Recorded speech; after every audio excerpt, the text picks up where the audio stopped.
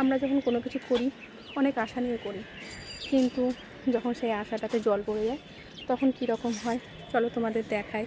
শখের ছাদ বাগান আর শখের থাকলো না।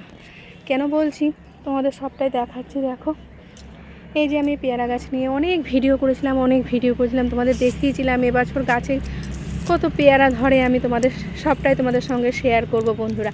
কিন্তু দেখো আমি কি ভেবেছিলাম যে এইটা আজকে আমাকে শেয়ার করতে হবে তোমাদের সঙ্গে, কিন্তু আমার শখের ছাদ বাগান আর শখের থাকলো না। ছিলাম না কিছুদিন বাড়িতে, এক সপ্তাহ মতো না থাকার কারণে আমার এই পেয়ারা গাছটার ওপরে যত ঝড় ঝাপটা সব চলে গেছে। পেয়ারা গাছটা প্রায় শেষ হয়ে গেছে, পেয়ারাগুলো সব শেষ হয়ে গেছে। দুঃখের কথা, আমি আর শেয়ার করতে ভালো লাগছে না। কিন্তু আমার এক বন্ধু আমাকে জিজ্ঞেস করেছিল, বৌদিমণি তোমার ছাদ বাগানের খবর কী? তাই আমি আমার বন্ধুর উদ্দেশ্যে ভিডিওটা বানাচ্ছি। দেখো আমার ছাদ বাগানের অবস্থা।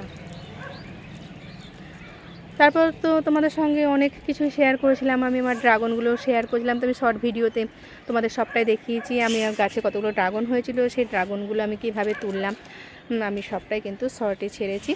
আর দেখো ড্রাগন গাছটা মোটামুটি ভালোই ছিল এবং অনেকগুলো ড্রাগন, আমি প্রায় 7টা মতো ড্রাগন আমি তুলেছি।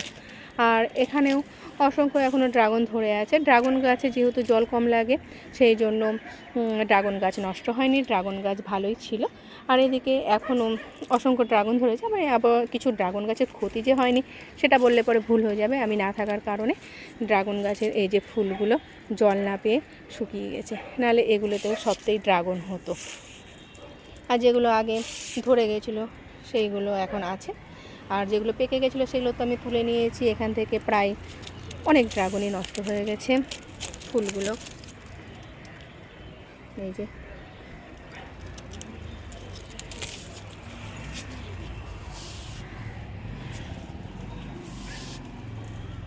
এই এখন আমার ছাদের গাছপালার এই অবস্থা।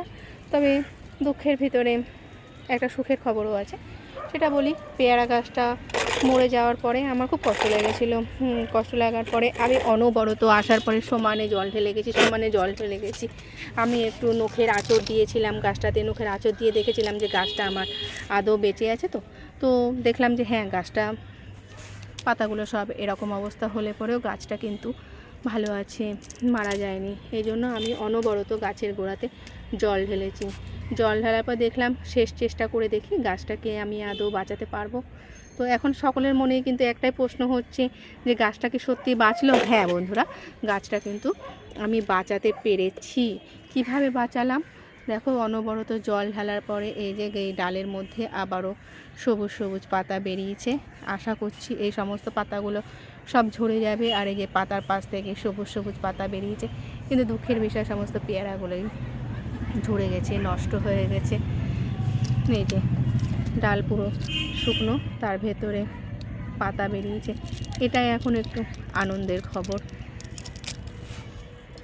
আর অন্যান্য গাছপালার ভেতরে এখানে রঙ্গন গাছটা প্রায় মারা গেছে, আর বাদবাকি সব গাছগুলোই ঠিক আছে। ভেবেছিলাম এবছর গাছে প্রচুর পরিমাণে বিলেতি আমরা ধরবে, কিন্তু গাছটাও প্রায় শুকিয়ে গেছিল। এই যে কত অসংখ্য পাতা ঝরে গেছে। তারপরে গাছটাতে অনবরত এই গাছগুলোতে জল ঢালার পরে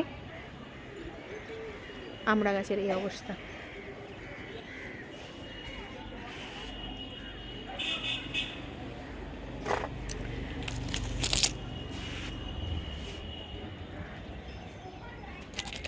আর যে কলমি গাছ লাগিয়েছিলাম, দেখো আমি ভেবেছিলাম যে কলমি গাছগুলো হয়তো মরে যাবে জল না পেয়ে, কিন্তু সেখানে কলমি গাছের ডাল থেকে কলমি গাছগুলো বেঁচে আছে, কিন্তু পেয়ারা গাছ মরে গেছে।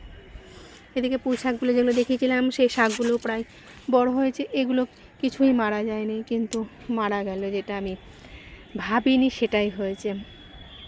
আমি ভেবেছিলাম কারি পাতা গাছটা জল না পেয়ে হয়তো কারি পাতা গাছটা শুকিয়ে যাবে। আমার আয়ুর্বেদিক গাছের ভেতরে সব গুরুত্বপূর্ণ গাছ হলো আমার কারি পাতা গাছটা, কিন্তু না, কারি পাতা গাছটা ঠিক আছে। এদিকে যেগুলো ভেবেছিলাম পেঁপে গাছগুলো শুকিয়ে যাবে, না, পেঁপে গাছগুলো সব ঠিকঠাক আছে, সমস্ত গাছই প্রায় ঠিকঠাক আছে। তার ভেতরে পেয়ারা গাছটার এই অবস্থা।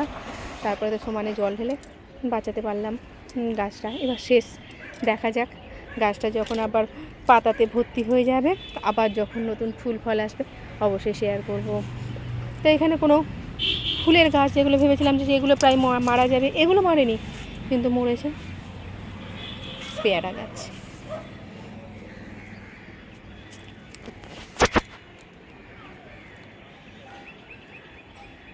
দেখো ওখানে বসে আছে, ওর মনের ভিতরে একটাই সন্দেহ যে ওর মনে হয় বাচ্চাগুলোকে চুরি করতে যাচ্ছি। আর ওই যে আমাদের এখানে যে লাইট পোস্ট, দেখো এই যে লাইট পোস্ট, এখানে এই বাচ্চাগুলো আছে।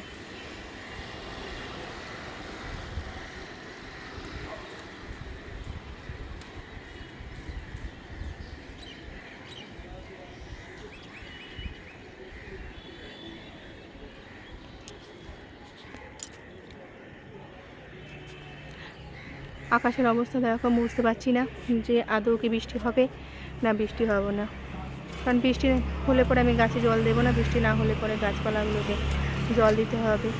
এবার দেখা যাক, সন্ধ্যের ভেতরে যদি বৃষ্টি না হয় তাহলে সন্ধ্যেবেলায় এসে গাছে জল দেবো। তো এই ভিডিওটাই আর বড় করবো না, এখানে শেষ করলাম।